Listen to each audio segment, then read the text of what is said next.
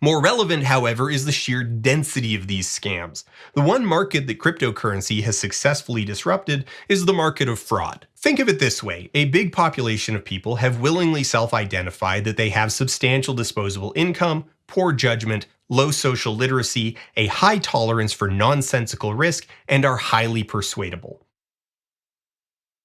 So that is Dan Olson, who did an amazing docu-style video on YouTube breaking down everything you need to know about cryptocurrency as well as NFTs, including the psychology of those who get involved in this. I spoke to him on the Damage Report, and now there's some academic research that gets into a lot of what he talked about in his video.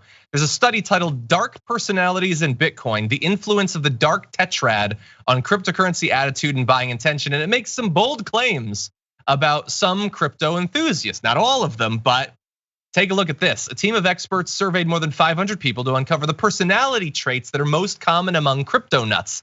They identified that many investors exhibit signs of what they call the dark tetrad, a group of 4 traits made up of narcissism, Machiavellianism, psychopathy, and sadism.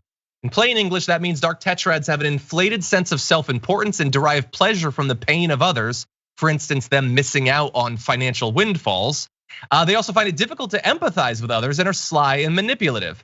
And one of the authors on this, Dr. Wang, says, dark tetrad traits are dark because of their evil qualities, extreme selfishness, and taking advantage of others without empathy. Machiavellians, for instance, are good at deception. They take a calculated approach to achieving goals.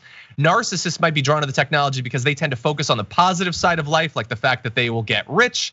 And lastly, impulsive psychopaths and sadists like crypto because they're thrill seekers who fear missing out on the rewards of investing. Now, bear in mind, the scientists say they're not saying that everyone who's into crypto has these traits, but a certain subset does exhibit these traits, and it sort of makes sense. You can the study is online. You can read it if you want to. Yaz, what are your thoughts? Yeah, so cryptocurrency is one of those things that could be really great for the people. It could be a really democratic institution. I think that's why a lot of people are interested in it.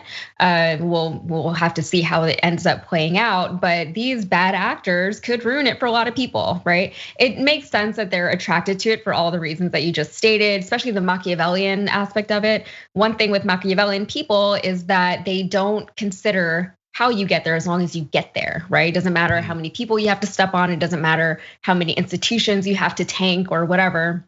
As long as you get to the end result justifies all the means it took to get there. So, I mean, people are gonna suck. It doesn't matter what industry it is. It doesn't matter what we're talking about. There's always gonna be bad actors. There's always gonna be narcissists and I apologize. People.